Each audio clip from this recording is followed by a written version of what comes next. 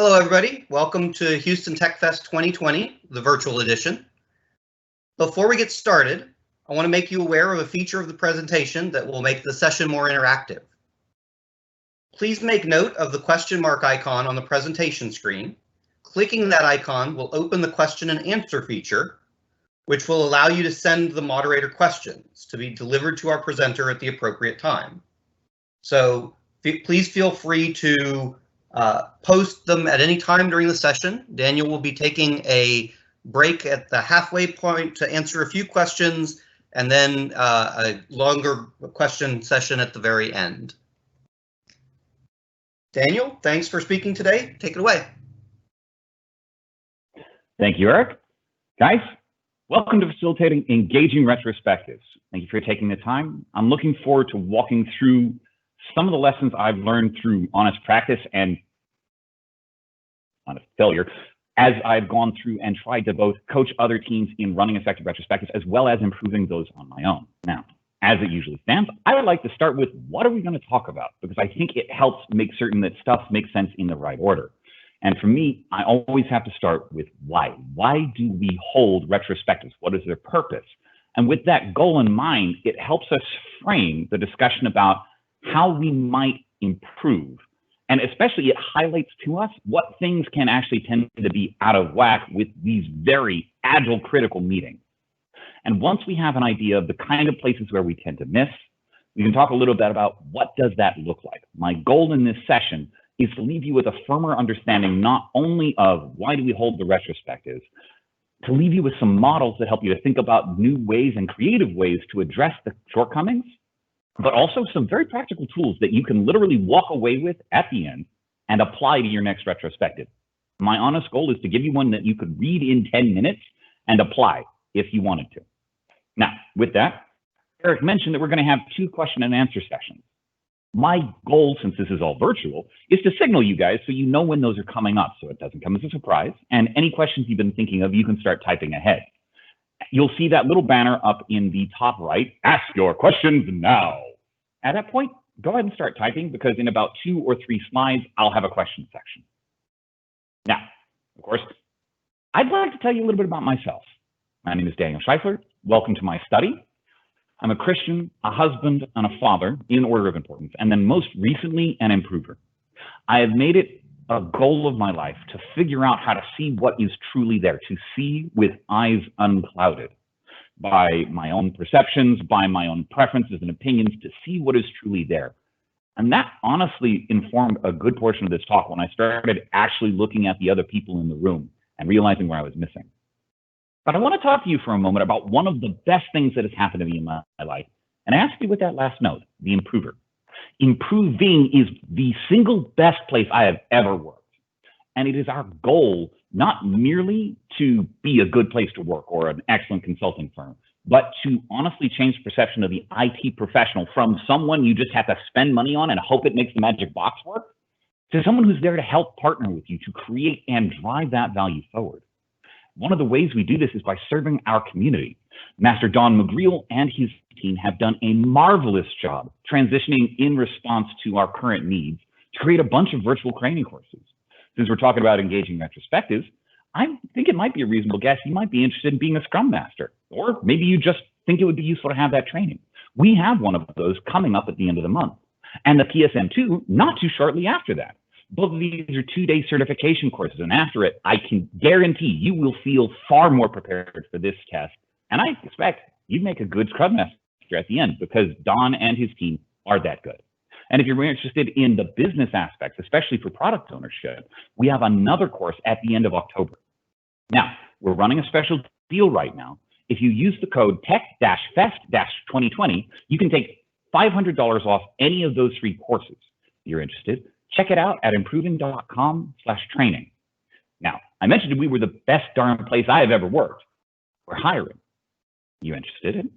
We are looking for front-end engineers for React, Node, JavaScript, for Angular in full stack, especially as it favors the Microsoft core stack. We're looking for people with .NET Core and a strong SQL experience. We're looking for Java developers if you know anyone who's there. Now, as it happens, this conference is virtual, but there might be an improving near you. We mentioned we've got 14 offices around the nation, including some in Calgary, Canada, or even Guadalajara, Mexico. If you know someone, there's a chance there's an improving office near them. Give us a shot. We'd love to get to meet you. Send any resumes you've got to careers@improving.com. Now, one of Improving's core values I mentioned was to change our perception, not merely as a value sink, but as a value creator, as a partner. One of the ways we do that is through our dedication, thinking more of others without thinking less of ourselves. So we have been running a series of lunch and learns, free. Just join us. Every Friday, 12 p.m. Central Standard Time. You can find out about the upcoming events by going to improving.com virtual-events. You can also see all of our past talks on our YouTube page, which there's a little link down there on the left. We have had talks on ranging from topics to how you work effectively remotely, to remote Scrum mastery, to even running effective meetings by yours truly. But truly, it is a way for us to give back to the community, because that's the way that we improve, not merely by being hired, but by helping everyone here get better at what we do. And so on that note, I want to turn our attention back to retrospectives. Does that look familiar? Honestly, this is the format I was first introduced to Agile with, a stop, start, continue column structure with 3 entries and a bunch of sticky notes thrown on a board. And the team would sit down, you'd get a certain set number of sticky notes, you'd put them on there and you discuss what's on the sticky note. Hopefully there weren't too many things in the stop column, and you might try something new from the start column. But the more I worked through all of this, the more I began to feel constrained by this format. It felt a little hollow. Like, yeah, sure, it was good to get me started, but I couldn't go a lot of places with it because it was kind of bland. Honestly, it eventually began to feel a little like, well, training wheels, right? Like I got this wonderful dirt bike, and if I really let it go, I could just zoom off into the sunset. But I've got these training wheels that are literally holding me back. I get too much of a dip on this side, I can't keep going. I get too much of a dip on that side, I can't keep going. And so they went from being a help to keep my bike steady and get me started to now being a hindrance. And they're literally holding back the agility that I felt retrospectives really could create. And so I started to dig. And if you go back to the Scrum Guide, because honestly, I felt that was the right place to go. Here's what it says about why we should hold retrospectives. The retrospective is an opportunity for the Scrum team to inspect itself and create a plan for improvements to be enacted during the next sprint. That's some really nice officialese. But why? Okay, it's an opportunity for the Scrum team. Okay, that's good, but that lacks some of the oomph, right? Like, okay, who is supposed to be there? What are they supposed to be doing, and why? Like, for what duration? So if I boil away this stuff, you can kind of see it highlighted here. Who's it for? For the Scrum team. To what? To inspect itself and create a plan. Okay, so we're getting a little closer. Inspect itself, create a plan. We're a little close. The plan is supposed to be for improvement. And there's a nice little built-in time range to be enacted during the next sprint. Now that implies something very specific, but I'm going to rephrase it here for simplicity. You and your team should have an action plan for next sprint after every retrospective. Now, this is something very specific. You and your team should have an action plan. For who? For you. If you are constantly coming up with action items that are beyond the control of the team, that's not very useful. In fact, it'll rob you of your momentum. If you come away with a retrospective and only feeling good, maybe you missed something. Because if there's nothing you can improve upon, are you really perfect? Now, I say every retro at this point because most of our retros are focused on the work we did last sprint. But there will be certain retros that I will recommend later in the presentation where we can bend that rule a little bit, because after all, every rule has an exception.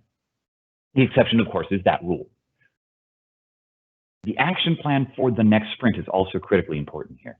If you are talking about plans that maybe we can do in the future, you are again robbing the momentum that you can create today from a retrospective and throwing it out to some hopeful nebulous future. It's a good way for us to choose to take on social debt that we don't ever pay down. Now, there are topics, and I agree with them, that there are such things as good technical debt. There may be good deferment plans.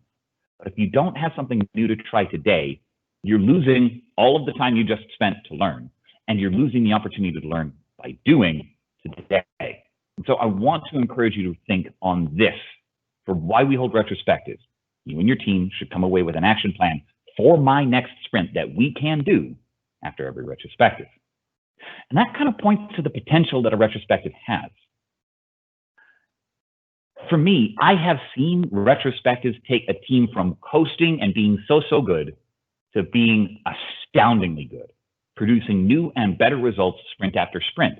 Now, of course, eventually these results do kind of coast off again, but the team was able to take the next step and do one better and continue to improve. For this, I find it very useful to go back to the assumption of the 4 team stages. Forming, that moment you throw 6 people in a room together and say, you're the team. Okay, you are now a team. But that doesn't mean you know how to work together. And so that enters us into the storming phase, where we're still kind of figuring each other out. We're figuring out how this guy likes to work, what he's good at, and whether or not we can trust each other. And so your storming phase will usually look like that moment where your velocity is teetering and moving and adjusting till eventually it hits a kind of stabilized point. Now, I'm using velocity here because it's easy to talk about. It's easy to see. We can measure it in points, and generally we already measure it. I'll get to why that may not be the one you want to use. Once you've hit normalize, you're not actually at a steady state line. You're kind of oscillating, but your average velocity, the average of the last 3 sprints, has reached a stable point. You're no longer constantly changing by significant digits. You're kind of at a stable point where you can predict we'll have about this much every sprint done.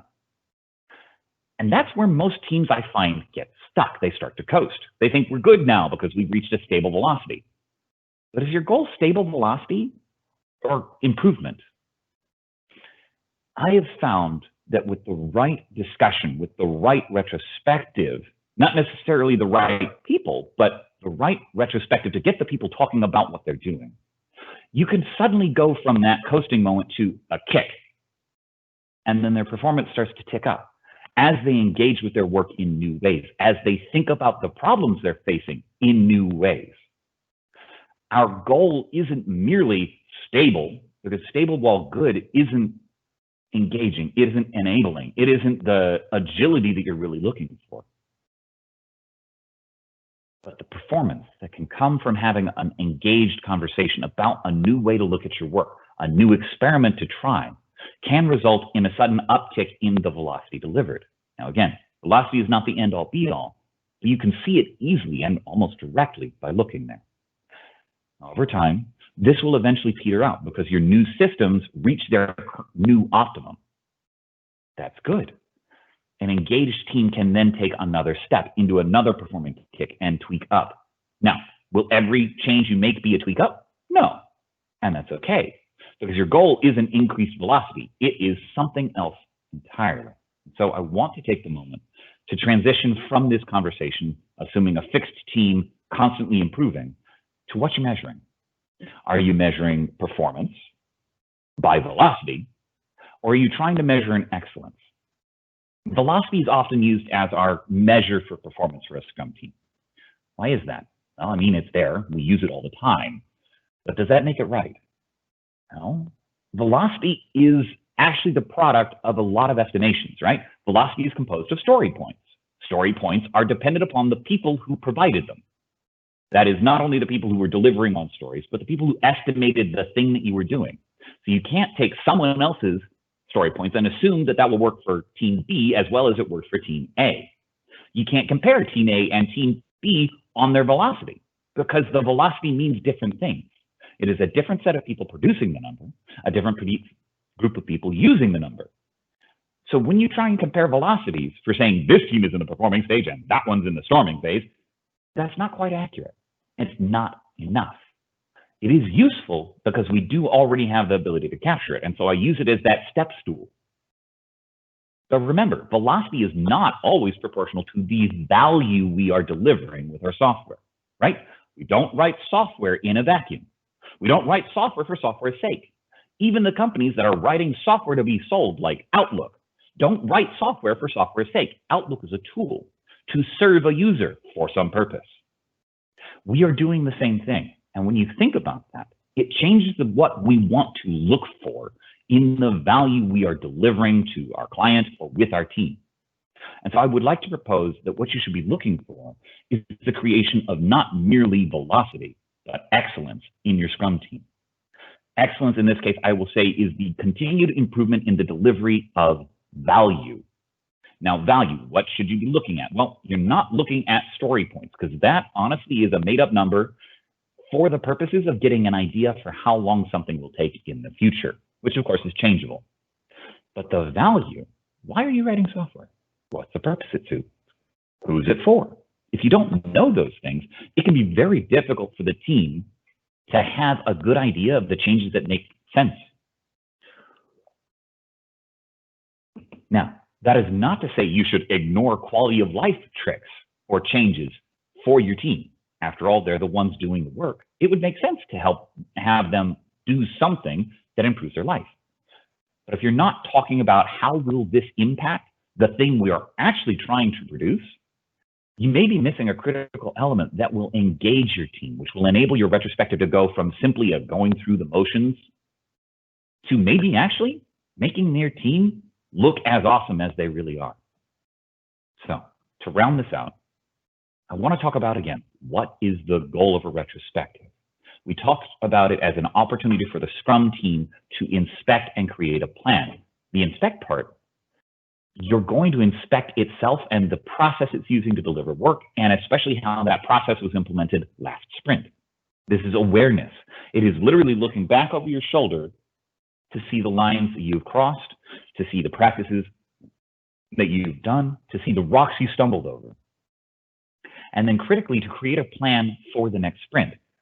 But if it's just a plan, like, okay, I can say I'm not going to trip on the rocks, but that doesn't mean I'm actually going to avoid the rocks. So I would like to propose this thought, which I'll flesh out in a moment, of actionable experiments. You're not merely trying to create a plan, but you want concrete, I will do this thing for a hopeful purpose that gets me somewhere new. Because after all, I can create a plan that says I'm going to take 10 steps forward every sprint. If the plan doesn't change, that's not helpful. And it means I was ignoring the awareness I might have gained while I went through the retrospective. So the awareness and the action plan are kind of tied, because the awareness should feed into the action plan as much as the previous action plan should feed into the awareness and the new one. So I want to take this moment now to open the floor to questions.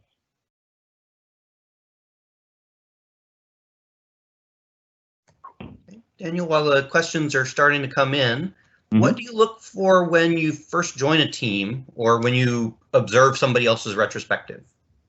Okay. I start by looking how the people are engaged in the room. If I see everyone kind of slumped down like this, it's pretty clear to me that something's not clicking. I look for the kind of conversations that are being had. Many times, you'll find there aren't conversations being had. There's just someone says something and then one of the dominant voices says, yeah, well, but. Those are warning signs to me. But for the ones I look for when they're really engaged, it is the team having a lively discussion about how can we get past this thing? Even if the problem is from outside, what can we do to change that? I want to see the conversation be centered about not we can't get past this, but what can we do? How can we make it work? And very often I'll find that making the creative difference. I like to look for the moment taken at the beginning of a retrospective for a team just to be a team, to engage, to play around rather than it always being about work, because at the end of the day, we're people.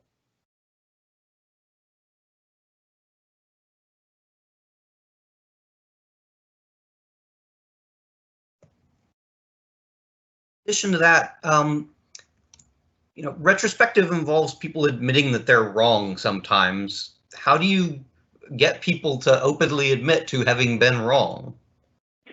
All right, so that's a question I will actually encourage let's defer that, because I actually do address this directly, especially towards the end of the presentation, because you're right.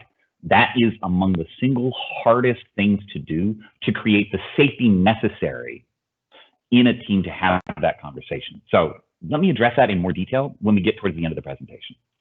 Sounds good.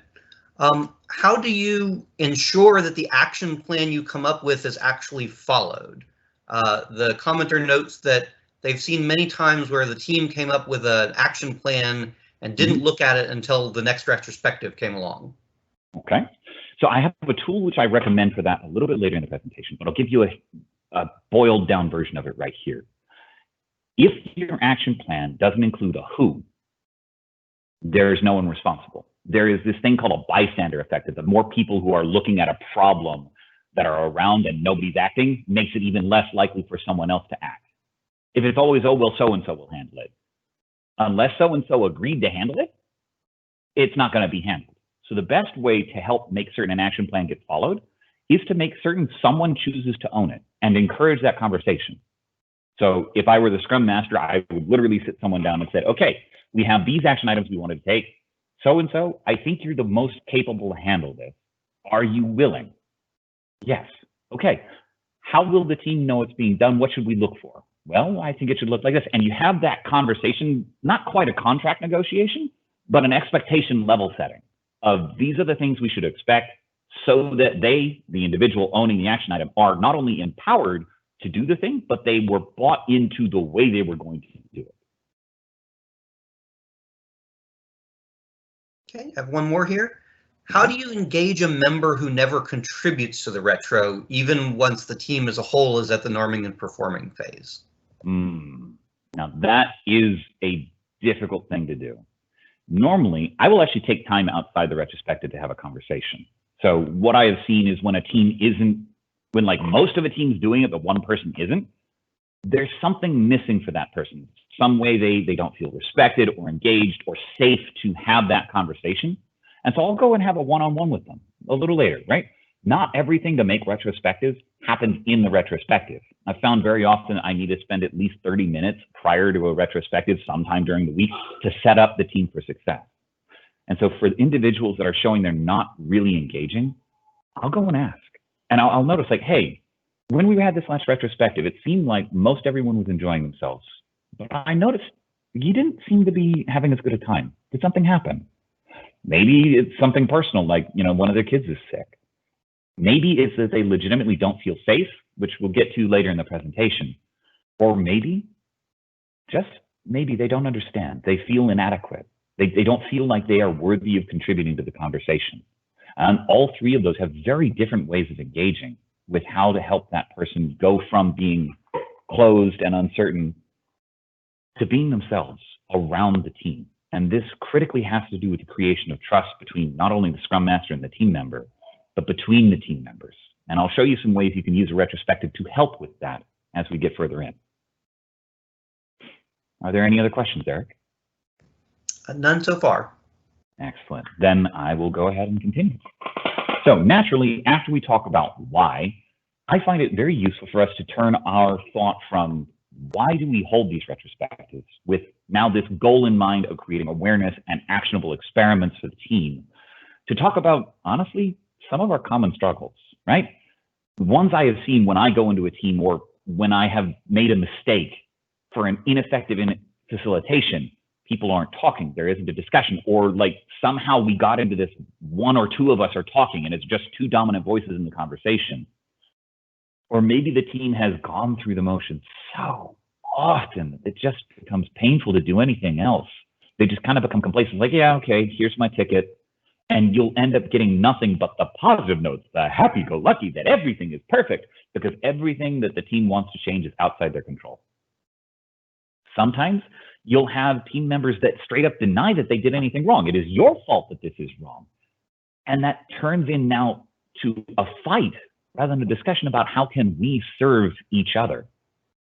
Maybe sometimes your team kind of gets stuck in a rut and like, this is what's comfortable and we don't want to leave. I don't want to go. This is where I know, this is what it's supposed to be, right? And because of that, they get blinders on and focus on just this thing. Very often these kind of teams get stuck on, will it impact our velocity? And they're unwilling to take a step that might risk actually reducing velocity a little bit at the hope that it might gain. They become very risk averse. Sometimes you can run into a team where honestly the retrospective isn't a retrospective on how the team performed or what they did or what they can do. It just turns into a gripe session. Well, yeah, you know, so-and-so, and it's like, you know, this other guy on the other team, and then the Knights are doing this thing, it's completely bonkers. And that's not helpful either. Or maybe you'll run into a problem where it's so low of a trust environment that it's not safe for me to show you what I actually think. So I'm just going to put in a couple of things, like the real surface things that everyone can see is wrong, so no one comes and asks me what I really think. And I'm going to kind of shield up and hide and hope that no one asks what's behind the mask. And all of these result in the same end state. You fail to see the true value of a retrospective, fail to see that true valuable gold that can come from having a bunch of smart people in the room together.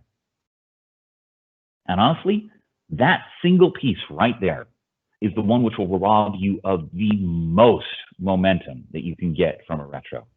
If you're not seeing change, even if it's change that accidentally takes away from your velocity or your excellence in delivering value, then you are failing to see the value of having 6 or 8 or 10 smart people in a room thinking about how we can do better. You're literally ensuring that you disengage them, which kind of allows us now to ask the flip question. Why is it that we fail to engage? As I mentioned, if the retro is not useful, if we do not change, if we don't do something different, it's not useful. And so the natural obvious question is like, okay, so let's make effective changes. How do you do that? Sometimes it's not clear how to do that. Sometimes it's not so much that the retro isn't useful, it's that it's boring. It is not interesting. No one wants to engage because there's no call to that bright possible future ahead of them. Sometimes the not interesting can come from the fact that, yeah, we've been down that road before and it kind of just takes a bend and circles us back for another lap. Or it can be they know exactly what to expect, and so they can literally turn off and just, write their cards, there you go. And it never occurs to them that there's something more that they ought to be doing. This one can usually be addressed by, well, don't repeat yourself. If it's boring, don't do the same thing. So this needs to be tempered, because if we're just constantly going through the motions of change, we run into buzzword bingo or, change for change's sake. Neither of which these is really engaging either. And so we need to kind of find that moderate point of let's not repeat ourselves too often. And we've had a couple of questions about this already. How do we help when the retrospective appears not to be a safe place, that the team members are intentionally holding back portions of themselves because of concern, valid or invalid, visible or invisible? And this one, you have to really look at how the people are acting in the room in order to be able to see it.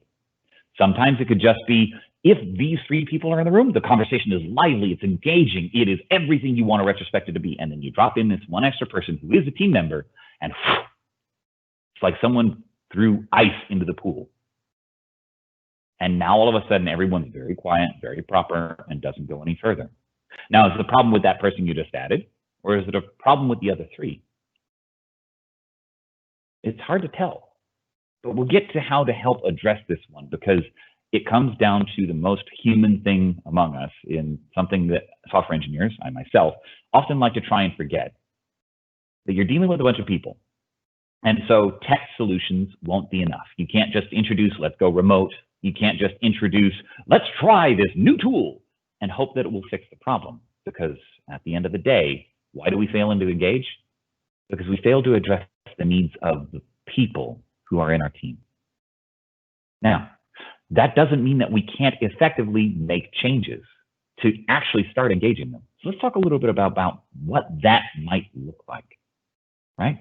This gets down to, now that we see why I want to hold my retrospectives, for awareness, for creating an actionable plan within the controlled scope of the team, what do I do?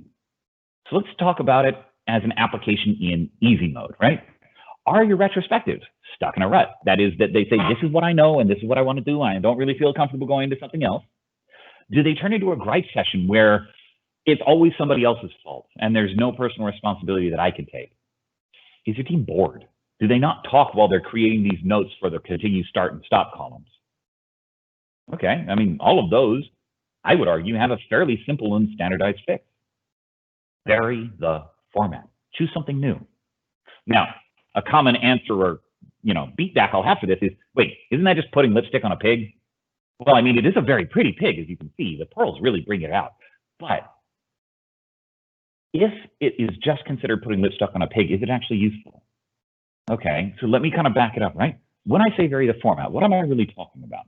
Well, when I talk about the format of a retrospective, I'm talking about the order of operations in which you use to engage the team. This can include the 5 minutes that you take at the beginning to explain the rules of how the retrospective is going to run. It can be where you hold the retrospective. Are you always holding it in that same dimly lit conference room with the blowers turned on to maximum so everyone has to wear a coat? Are you asking them the same questions week in and week out? If the answer to these is all like, well, yeah, that's what we do, then that's really what I'm pointing at as a format. Here are some ways you can vary the format that are unusual, right? Have you ever held a retrospective outside? I mean, right now, the weather may be a little hot, but like as it gets to that fall time, the wind through the trees makes it all but perfect for getting people out of the office and getting them some sunshine. You'll be astounded at the kind of changes that brings on to people while they're in a retrospective. Are you asking those same questions every single week? Like literally, are you using just start, stop, and continue, or continue, stop, and observations columns? If you're using that same format, honestly, after a certain point, they'll stop engaging because humans go through a process where after a certain point, when I know what to expect, I don't have to think about what I need to do next. I just know, and I can just go through a habit. And if your retro has gotten to the point where it has literally become habitual, you're losing out on some of the creative spark and innovation that can come from being uncomfortable. After all, growth doesn't come from the comfort zone. It comes from that area where you're stretched just a touch beyond what you're used to into the realm where I'm not certain I can get it, but I'm fairly certain I could. So it's not merely putting lipstick on a pig, putting new colors or new names on that. It's getting at the value you're truly seeking, that awareness, that action plan in a new way. If asking you, hey, what'd you do yesterday, gets one answer, and hey, what was your favorite memory from yesterday, gets a different one, those two questions target the same thing. It was actions taken yesterday or events happening yesterday, but they solicit very different reactions.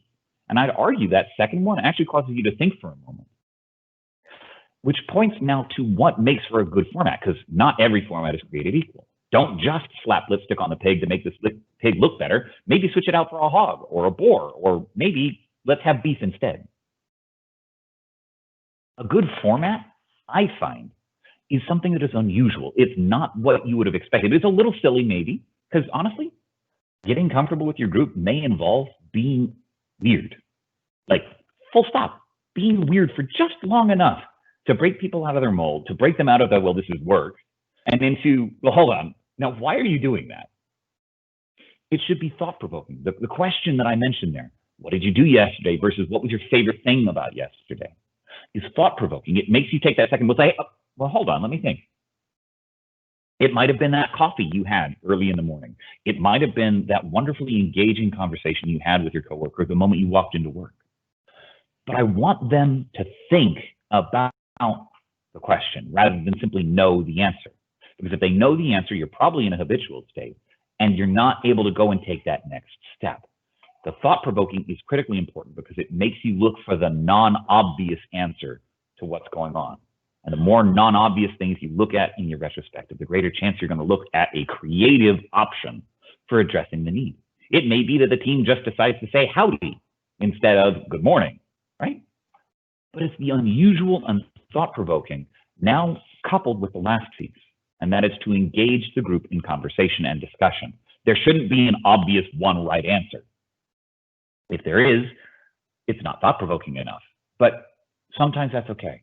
Especially as you're starting, you can't use all of these at the same moment on your team. You'll scare them.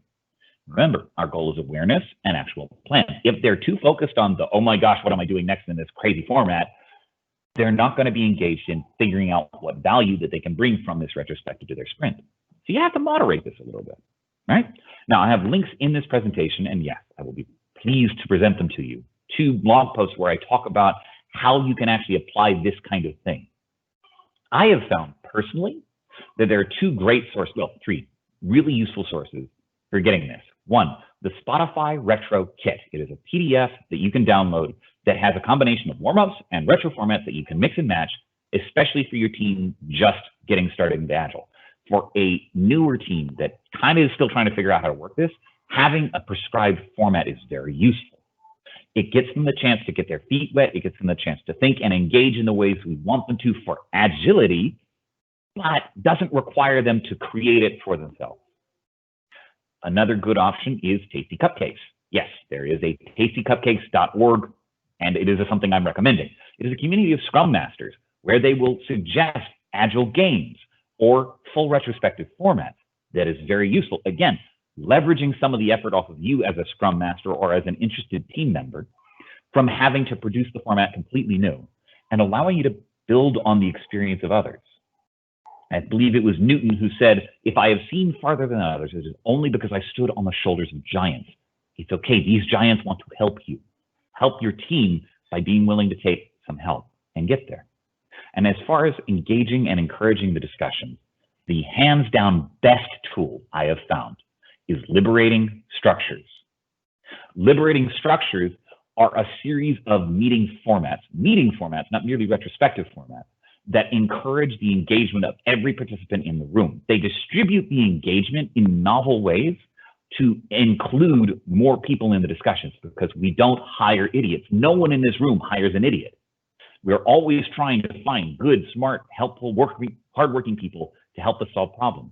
The trick is how do we get them to talk to us about a thing?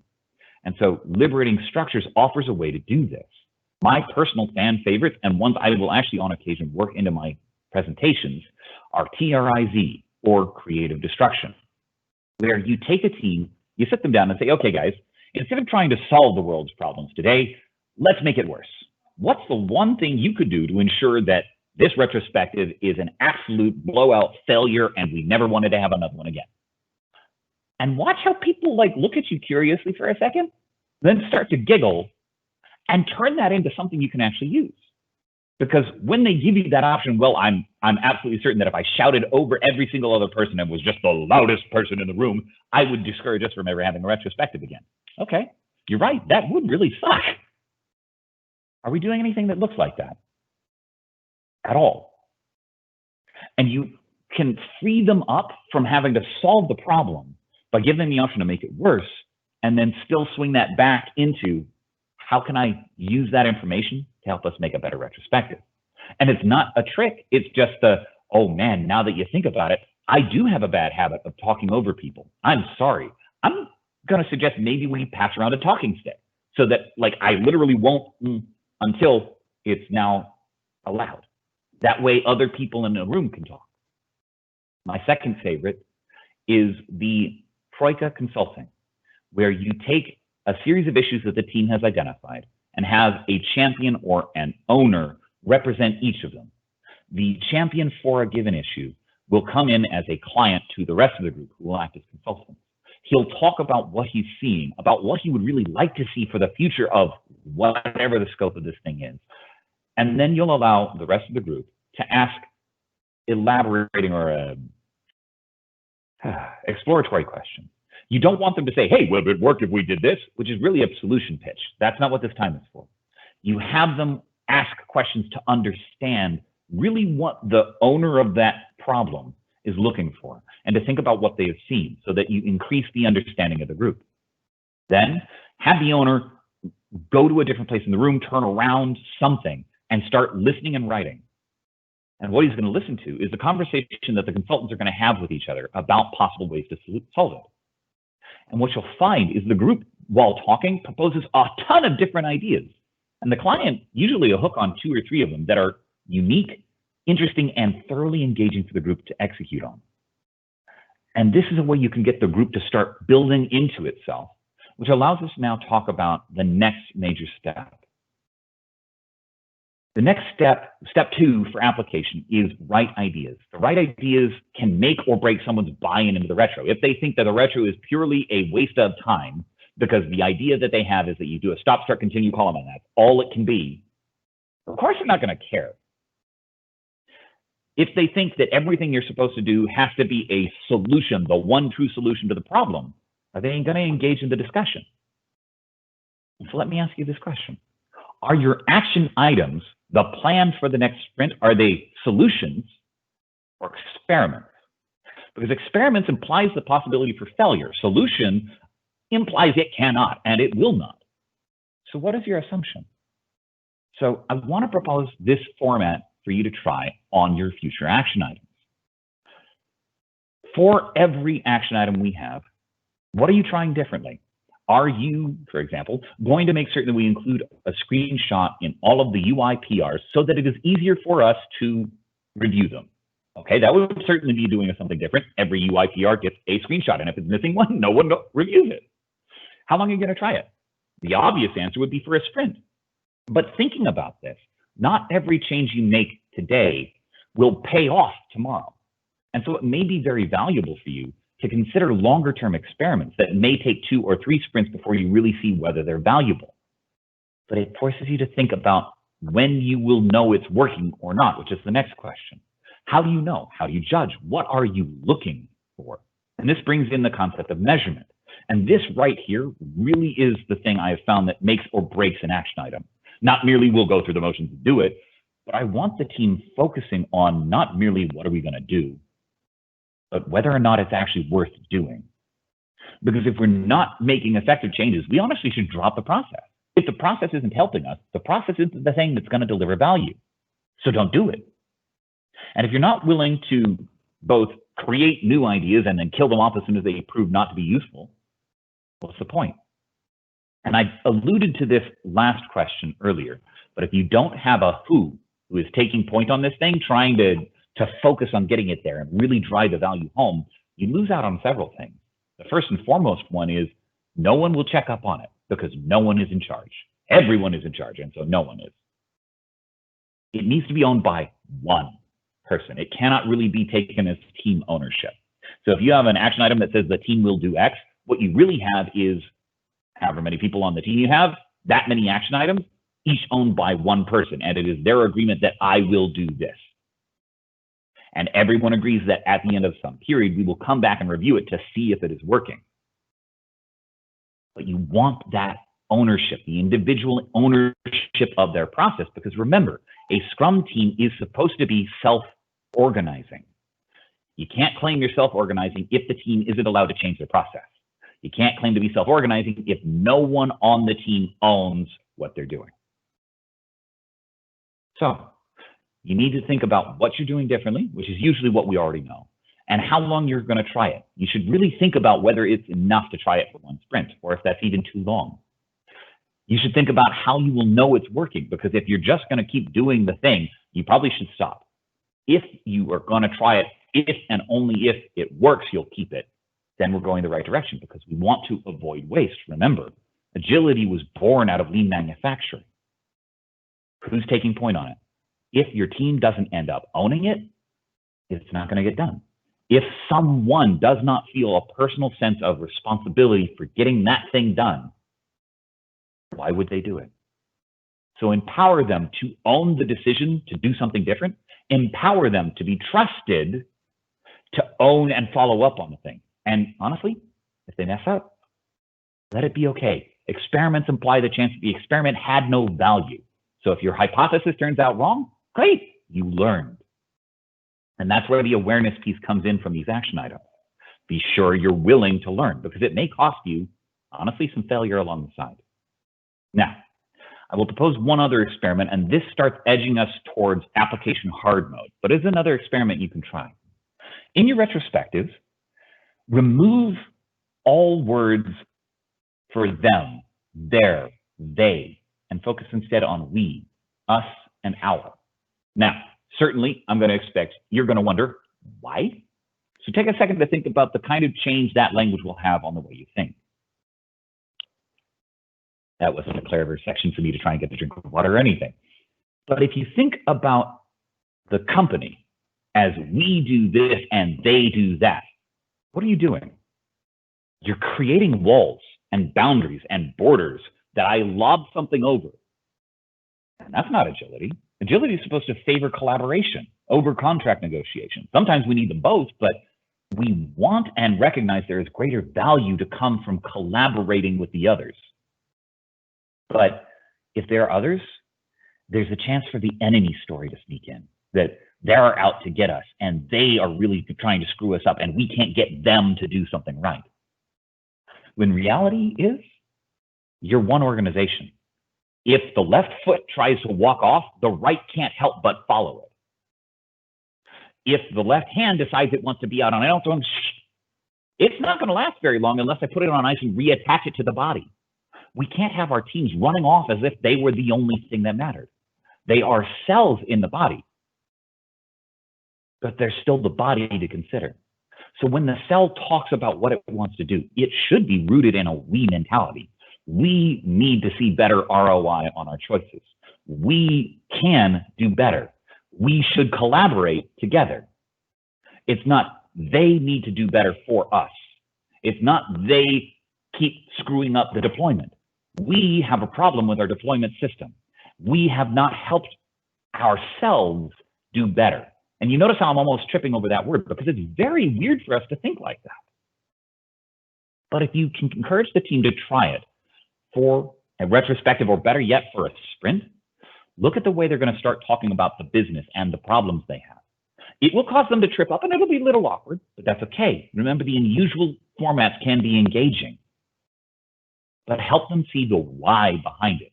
Because the why is to drive us together, to help us to think of new ways to solve problems without creating enemies, without creating these dispersed camps that we're going to separate, but to drive us into one whole group. And so now I can talk to you about application hard mode. Teams are made of people. This seems like a blatantly obvious statement, but we don't always treat them like they're made of people. We treat them like they're made of replaceable parts. But anyone who asks anyone will be able to tell you that people are not interchangeable. But this has some pretty significant impacts, right? Most of the time, you'll see groups treat like a rock star developer. They'll take him out and then throw him on another team. What good did that do the other team? It's like a rock star coming into a small country town. He'll play, he'll rock, and the people will be educated with some music. They'll enjoy it. But at the end of the day, do any of them now play guitar? No, because the rock star's not there for the building up of the team. He may deliver a ton of value real quick. Tourism certainly spiked in that town when the rock star got there. But did he benefit the people? Did he change how they interacted with each other? Now, despite what movies may say, I'm going to argue probably not. Power of music is great, but it's not going to have that lasting impact as if they were integrated with the group and truly invested in each other. So we can't just drag and drop people and hope that the performance improves. We really need to consider the dynamics between the people on our teams and the impact that has on the team's performance in delivering value.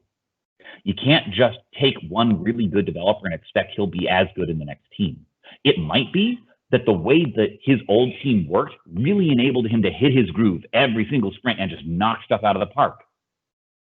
And it could be that the team you just dropped him on is so different in the way it works that he doesn't get it. It doesn't work with the way he thinks, and so he's not comfortable and therefore not as productive. But don't think that that's a reason for us to insist that every team must have the same process, because that's robbing them of the ownership we've been trying to create in them so that they can create the action plan for the Scrum team. So one of the things we have to be careful of is the team members need to be able to talk about more than just the work. They need to talk about the way the work is done. And so let's revisit what it takes to make it safe. So I'm going to ask a very pointed question. How do we treat people who were wrong? How do we treat them when we recognize that they have lied to us or they made a mistake? How do you specifically feel when it happens to you? How do you engage with those feelings and help the group honestly overcome the fact that, that's really gonna hurt? How do you help them talk about the feelings that drive the kind of actions that come out of being wronged? At Improving, we fundamentally believe that there is one root human element that you need to have in order to really blossom.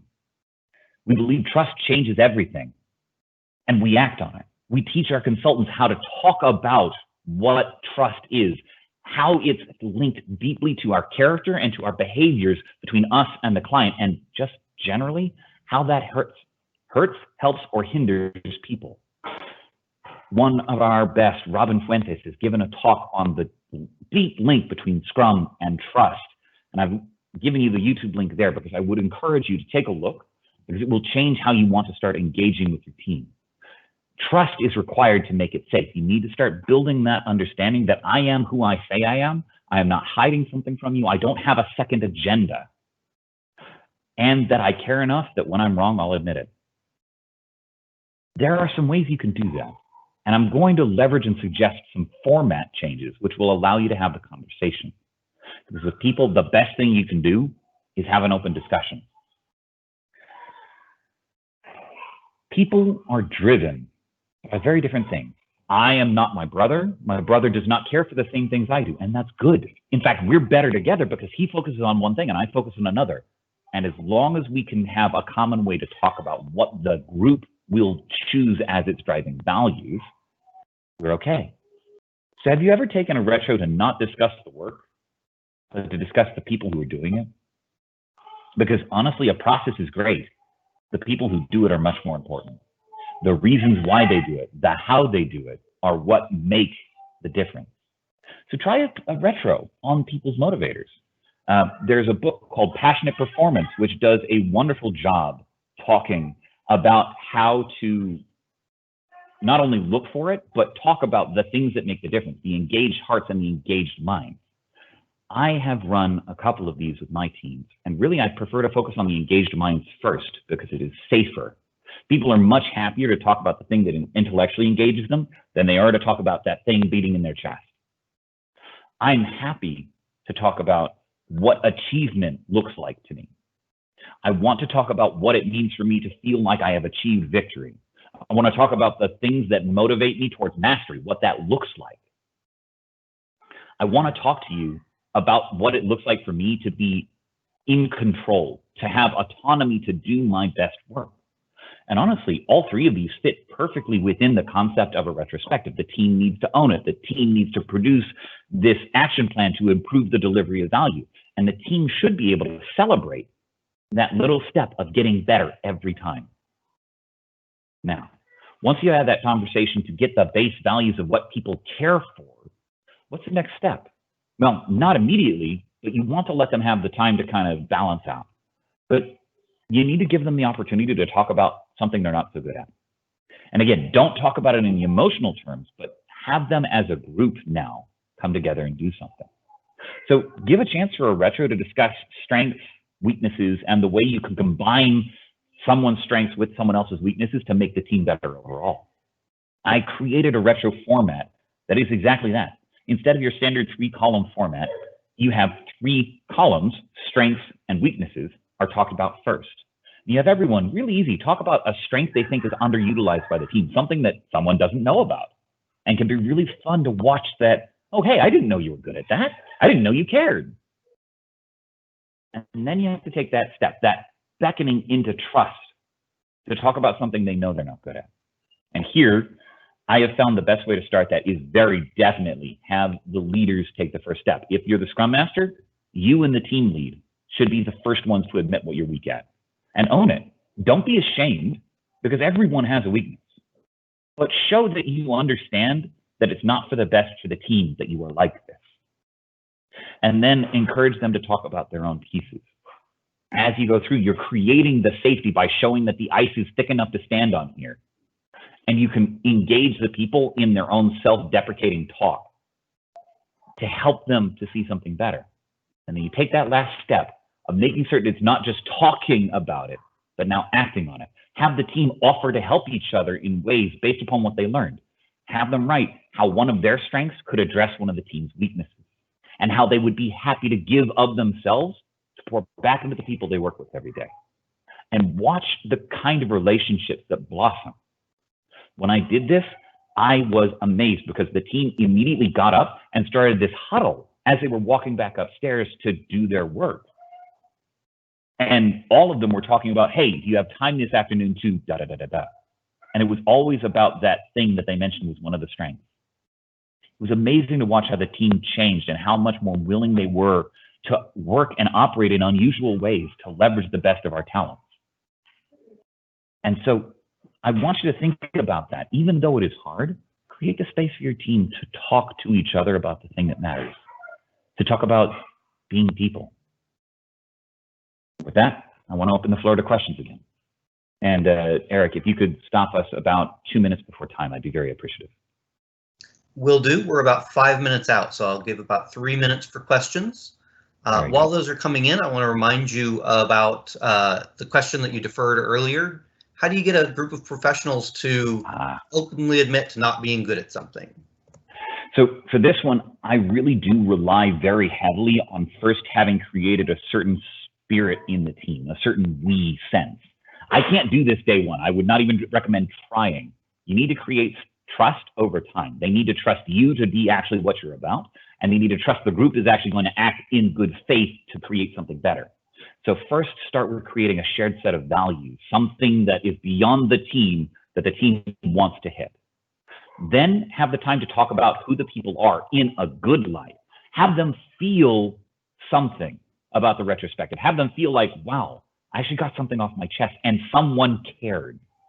And after you've built this sense up and you've been running for a little bit, now create a space to reveal one weakness, especially one where your immediate next step is to have the group talk about how we're going to help.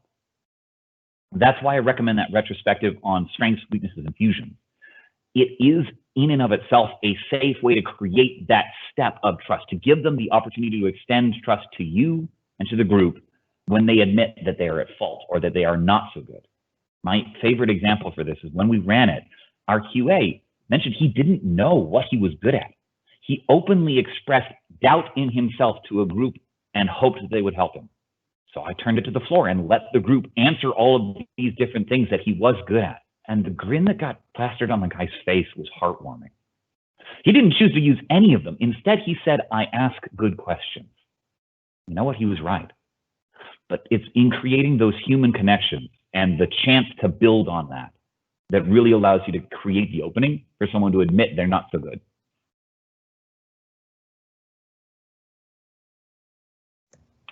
Okay, we still don't have any questions in, and we are at about 2 minutes out, so I'm going to go ahead and let you wrap up. Excellent. Thank you, sir. So thank you very much for taking your time to join me at this presentation. Thank you for joining me in my study and on this Saturday morning to all of us try and get better. I hope you've taken away some tools for this retrospective, some experimental formats to answer better ways to drive the value through your retrospectives. I hope the team format, the team stages, has given you a model that you can talk about where your team is at and think about the ways to engage them where they're at without having to feel guilty of you're not working. I have a lot of content related to this on my blog, and so I would like to encourage you, go take a look. I have several links to specific retro formats or how I have used liberating structures to create better results in my retrospectives through the experiences I've had with the teams who shared it with me. So if you want to see that, check out daniel.scheifler.io and give me a holler. Let me know if you have any questions. I'm happy to talk and to pour anything I have learned, including my current tinkerings, out with you. Just email me at daniel@scheifler.io. I rather like the domain, I'm not going to lie. But genuinely, it is my hope that after talking about this, you'll remember some of the possible retro formats, either by leveraging liberating structures and the Troika consulting, or by looking for a way to get your team to talk about their motivators and what it means for them to have mastery and autonomy and achievement inside the scope of your team. Or even to be able to have in your back pocket those moments when the right thing to do is to move your retrospective out of the cold, stuffy conference room to a picnic table outside.